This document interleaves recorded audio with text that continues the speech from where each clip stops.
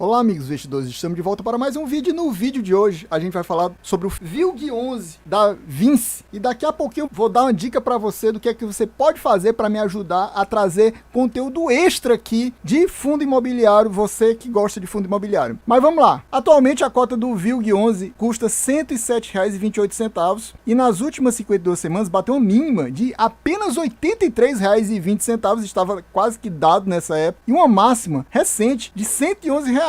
Você vê que em relação à máxima ele caiu R$ 4 recentemente, mas ele subiu muito mais do que caiu na realidade. Ele subiu espetacularmente, a gente vai ver daqui a pouquinho quantos por cento ele subiu dessa mínima aqui até o momento. E ele está com dividend yield que eu considero baixo, de apenas 7,66% nos últimos 12 meses. Mas de qualquer forma, ele está com uma valorização muito boa de cerca de 14,40% nos últimos 12 meses. A gente vê que a máxima dele foi bem recente aqui, no finalzinho de junho, R$ 111, mas depois desse valor ele caiu muito, chegou a cair cerca de R$ 5,60, 5% no total, já no início de julho. A gente sabe que ele tem DataX aqui, mas mesmo tendo DataX, era para ele ter caído na faixa de menos de R$1, até porque ele não distribui nem R$1 de dividendos, e ele caiu, em vez disso, caiu 5,60. A gente vai olhar o relatório daqui a pouquinho, ver se a gente encontra algum motivo para essa queda. E ele bateu a mínima dele aqui no dia 13 de março. Como eu vivo falando nos últimos vídeos sobre fundo imobiliário, principalmente os fundos imobiliários de tijolos cresceram muito, uns no final de março, outros a partir do final de abril. Ele aqui, se você comprou ele nessa mínima ou perto dessa mínima e carregou até o momento, quase 29%. Se você pegou ele próximo dos R$ 84,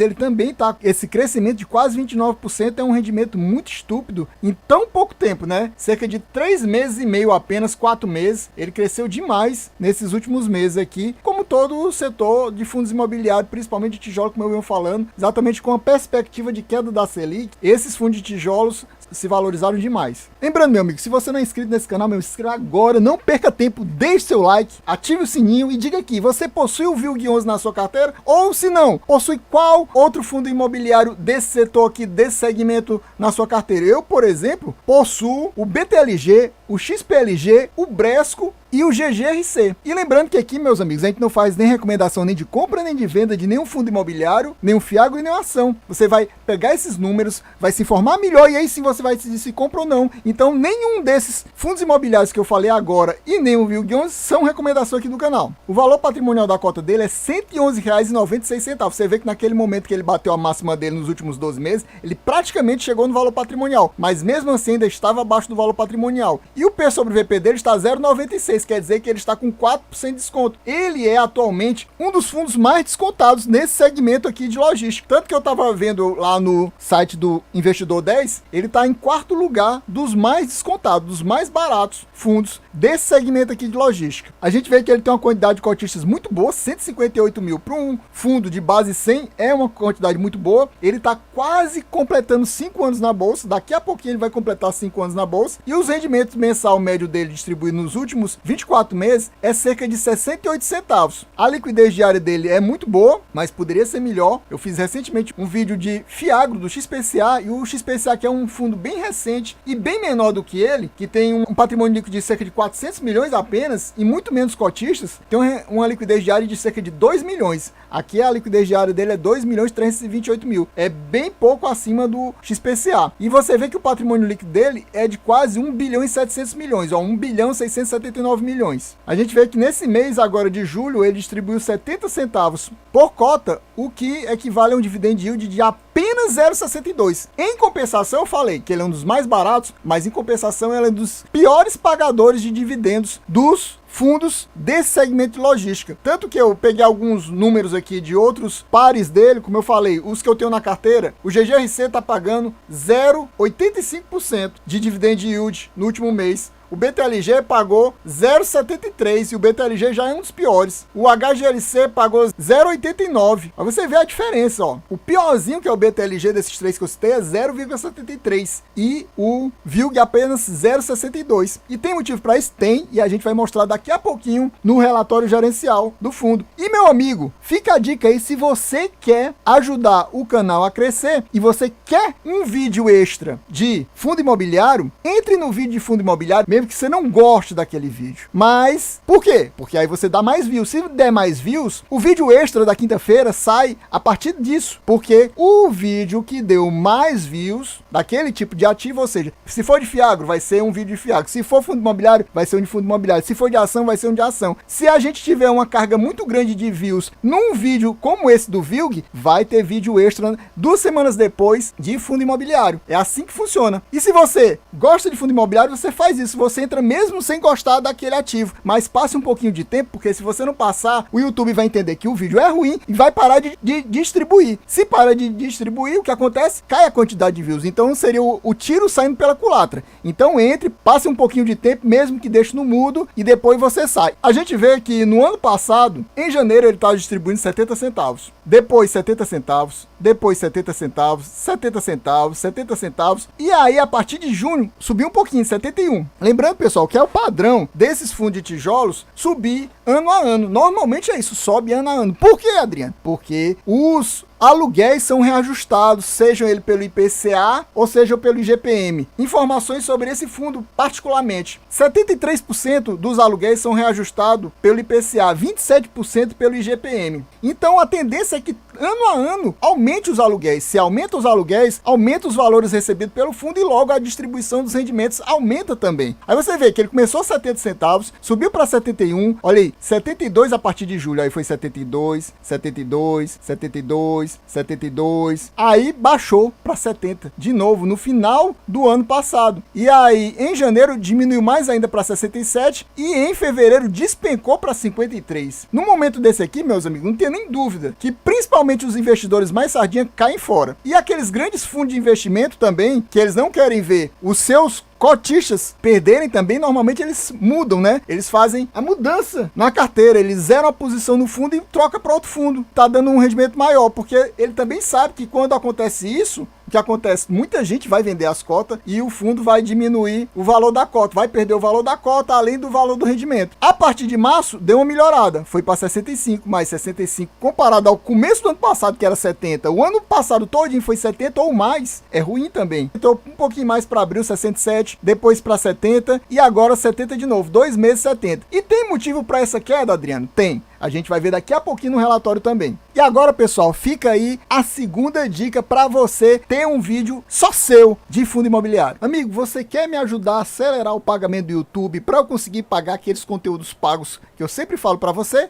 Então você vem aqui abaixo do vídeo, clica no valeu, vai abrir essa janelinha, você doa a partir de R$2. E aí no próximo vídeo eu te agradeço pela doação, e se você doar a partir de R$20, você coloca aqui no comentário o ticket que você deseja e eu vou analisar para você no próximo vídeo, seja ele de fundo imobiliário, Fiagro ou ação. Muito obrigado, valeu! Agora a gente vem para o relatório gerencial do mês de junho, que se refere aos pagamentos feitos agora em julho, ou seja, é o relatório mais recente, é o relatório mais quente sobre o Vilg. Vamos lá, gestor, para quem não sabe ainda, é a Vinci, né? O nome mais completo é Vinci Real Estate Gestora. A administradora é a BRL Trust. Olha aí, o fundo teve início em 10 de dezembro de 2018, ou seja, em 10 de dezembro desse ano, completa 5 anos na bolsa. Os principais destaques do mês, e eu vou principalmente destacar esses dois aqui, porque esse aqui não é um destaque tão interessante, que afinal de contas é porque teve aquele hype danado dos fundos imobiliários de tijolos, por isso que ele teve essa rentabilidade bruta tão alta nesse mês, por causa desse detalhe excepcional. Tendência é que não suba muito mais do valor que está atualmente. Então vamos para essas principais novidades aqui. Nova alocação do Fernão Dias Business Park. O fundo assinou no mês de junho um novo contrato de locação no Fernão Dias Business Park em Extrema, Minas Gerais, que é uma cidade que tem muitos galpões logísticos. Ela é tipo famosa, ela é uma referência nacional, digamos assim. Quando tem negócio de galpão logístico, o pessoal tenta sempre colocar lá, quando não é perto da Grande São Paulo, é em Extrema de Minas Gerais. O novo inquilino, que é uma empresa do setor de nutrição animal, vai ocupar um espaço de 10.262 metros quadrados, bem grande, que são 2 módulos desse galpão logístico, e o prazo de aluguel é de 60 meses. Outra grande novidade é a inauguração do galpão logístico Castelo 57 BP, no dia 30 de junho de 2023, ou seja, no finalzinho do mês passado. passado. É o Castelo 57 Business Park. Ele gosta de colocar Business Park, né? Por isso que é o BP. Localizado em São Roque, São Paulo, que é bem pertinho de São Paulo, cerca de 60 km de São Paulo, com um tamanho de 61.242 metros quadrados. É como se fosse 6 vezes o tamanho desse espaço aqui que foi alugado lá em Extrema. Aqui são comentários do gestor da parte macroeconômica da economia.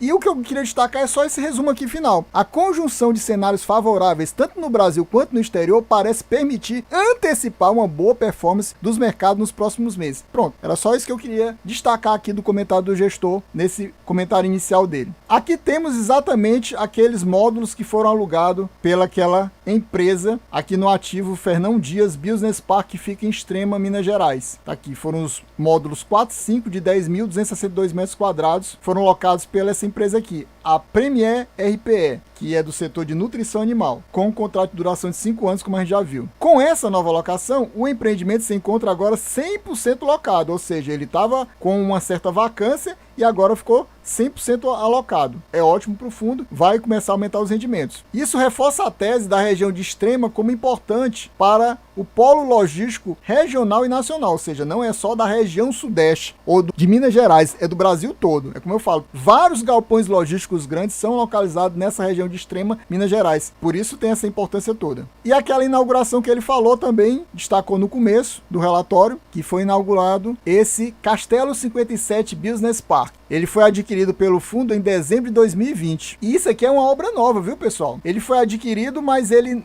tipo não existia, pelo que eu entendi. Tanto que ele é novíssimo. O fundo detém 80% da participação dele, ou seja, o galpão não é 100% do fundo. Ele fica a 60 km de São Paulo, como eu falei para vocês, no quilômetro 57 da rodovia Castelo Branco. Ele foi adquirido, eu acho que na planta, pelo jeito. O vendedor do imóvel ainda vai manter um pagamento de prêmio de locação mensal. Aí a gestão do fundo, em conjunto com essa parceira dela, a Fullwood, está engajada na comercialização do ativo e já deu início às visitas para potenciais locatários. Como eu falei, é uma obra nova, foi recém-inaugurado, apesar de ter sido adquirido em dezembro de 2020. Foi construído a partir, provavelmente, de 2021 e foi concluída a obra agora. Aqui tem algumas fotos, ó, você vê que ele é novinho, ó, não tem nada ainda por ser alocado. E aqui é interessante falar sobre essa contratação de formador de mercado, que o fundo contratou a XP Investimento para ser formador de mercado. Eu não vou ler, isso aqui foi um fato relevante que foi soltado e o motivo para ela ter feito essa contratação está aqui nesse texto. Aqui é a DRE do fundo, do mês de junho. Aqui o valor total e por cota. Aí ele mostra que o resultado final foi cerca de 9 milhões. Aqui é o valor recebido das locações dos imóveis. Aqui o valor que ele gastou de resultado financeiro, que vem desses dois aqui, da receita financeira e da despesa financeira. É porque o fundo é alavancado, então ele está pagando juros. Então nisso aqui ele gastou cerca de 900 mil. Tem a taxa de administração, que é outra despesa. Aqui é a subdivisão, digamos assim, taxa de administração e taxa de gestão e outras despesas que tiveram, totalizando isso aqui. Então, no final das contas, o lucro obtido foi cerca de 9 milhões, o que equivaleria a 60 centavos por cota, mas ele pagou 70 centavos e ele ainda tem acumulado cerca de 65 centavos para distribuir. Aqui temos a estimativa de rendimentos, mas ele gosta de destacar aqui que a rentabilidade esperada não representa e nem deve ser considerada a qualquer momento e sob qualquer hipótese como promessa, garantia ou sugestão de rentabilidade futura, porque tem gente que acha que ele está prometendo que vai fazer isso aqui. Ele não está prometendo. Ele está estimando que vai pagar entre 65 centavos e 72 centavos. Ou seja, pode ser que ele pague até menos do que ele está pagando agora. Que ele está pagando 70 centavos, ele estima que pode começar a pagar só 65. A gente já viu que para ele pagar esses 70, ele teve que tirar recursos, estavam armazenados. Era reserva. Então ele pode sim voltar a pagar menos do que está pagando, 70 centavos, e também pode aumentar até 72 centavos. Essa é a estimativa do fundo. Então aqui, pessoal, sobre a carteira do fundo. Aí ele diz que o patrimônio do fundo líquido é 1 bilhão 680 milhões, mas o patrimônio total do fundo é 1 bilhão 870 milhões. Por que é menos? Exatamente porque tem alavancagem. Eu calculei aqui, o valor da alavancagem do fundo é cerca de 14%, o que não é uma alavancagem alta. Vários fundos imobiliários que são desse setor de tijolos, seja ali de shoppings, de logística, às vezes também de escritórios, eles têm uma alavancagem nessa faixa de 20 até 20%. O pessoal não acha nada demais. O pessoal gosta de pegar no pé daquelas que tem 25, 30 ou mais de alavancagem. 14% não é uma alavancagem muito alta, diga-se de passagem, mas que ele tem alavancagem, ele tem. A gente vê que ele tem aplicações financeiras, que são cerca de 83 milhões do fundo, são 45 milhões dessas aplicações em fundos de liquidez diária, resgate imediato, e mais 38 milhões em cotas de fundo de investimentos imobiliários com liquidez elevada também. Aqui a gente vê, ó, como eu falei, cerca de 1 bilhão 870 milhões em imóveis, aí tem mais 83,6 milhões que a gente acabou de mostrar aqui em aplicações financeiras, só que ele tem essa aqui, cerca de 273 milhões em obrigações financeiras. São exatamente a alavancagem aqui, as dívidas do fundo. Para quem não sabe que a alavancagem é a dívida do fundo. E tem esse menos 0,1, que é muito pouco, né? No final das contas, temos esse 1 bilhão 679 milhões de patrimônio líquido do fundo. E aqui temos mais detalhes da alavancagem do fundo. Tá aqui, 275 milhões praticamente, de longo prazo. E se for líquido de aplicações financeiras, ou seja, se ele quisesse pagar com as aplicações financeiras que ele tem, pagar parte dessas obrigações, ele ficaria devendo apenas 191 milhões. Isso representa apenas 10,2%, ou seja, 1/10 da carteira no final das contas. Eu calculei aquele valor sem considerar as aplicações, né? E tá aqui as obrigações. São um CRI do Fernão Dias, que deve ser exatamente daquele galpão que a gente viu acima, logo acima, Alianza Parque e o Castelo 57 Business Park, que foi esse que foi recém-inaugurado. A gente vê que ele tem 60 milhões de dívida no Fernão Dias, tem 157 milhões no Alianza Park e tem mais 57 milhões nesse Castelo 57 Business Park. E aqui, como prometido, eu vou mostrar para vocês por que caiu os rendimentos do fundo. Caiu por causa disso aqui, taxa de ocupação média. Se você voltar lá para aquela parte do vídeo que a gente mostrou os valores que estavam sendo pagos no ano passado, você vai ver que naquela época o fundo estava com ocupação entre 100% e quase 100%, 99,9% é praticamente 100%. Só que a partir de novembro do ano passado, você vê que tem uma queda grande. Perdeu cerca de 10% das locações, das áreas alocadas. Então, isso agora piorou. Em junho caiu para 88%. É o 12% de vacância. Basicamente é 12% de vacância. É porque ele fala em ocupação, mas a gente coloca para a taxa de vacância que fica mais fácil. Ele está com 12% de vacância nos imóveis dele. Esses 12% caiu os rendimentos em cerca de 12%. Era para estar ganhando 12% a mais se tivesse 100% alugado. Basicamente é essa a ideia. Ou seja, ele estaria recebendo mais ou menos cerca de 72 centavos se tivesse 100% alugado. Considerando que no último mês ele recebeu 65. Então eram cerca de 7 centavos a mais se tivesse 100% alugado. Aqui a gente vê o portfólio do fundo, que está distribuído em 7 estados, ou seja, ele é bem distribuído geograficamente. Tem uma ABL, área bruta locável de cerca de 600 mil metros quadrados, 15 imóveis, cerca de 60 diferentes locatários. Os principais locatários são esses aqui, ó. Tok Stock, que não está bem das pernas, diga-se de passagem. Ela pode até aumentar a vacância do fundo, que tem 15% na carteira. Tok Stock está fechando muitas lojas, por sinal. Magazine Luiza, Ambev, Privalia, não conheço. Unilog, não conheço. E Boticário, conhecida, né? Tem, para mim, conhecida Tok Stock, Magazine Luiza, Ambev e Boticário. Aqui estão os percentuais de cada um deles, né? E mais 56 outros locatários, entre eles Mercado Livre, DHL, Fast Shop, Track and Field, entre outros. Isso aqui ele destacou os principais, né? O Mercado Livre, DHL e... para mim são os mais conhecidos daqui. Interessante mostrar também os percentuais de tipo de contrato. A maioria dele é típico. Eu gosto mais do atípico, mas segundo o professor Baroni, né, que é uma referência aqui em termos de fundo imobiliário, ele acha o mais interessante ser meio a meio. Aqui ele tá 79 típico e 21 atípico. O atípico é aquele que é mais difícil de quebrar o contrato e também tem as multas mais pesadas. Por isso que eu gosto mais do atípico. Mas o atípico tem suas desvantagens, por isso que é bom ter muito típico também.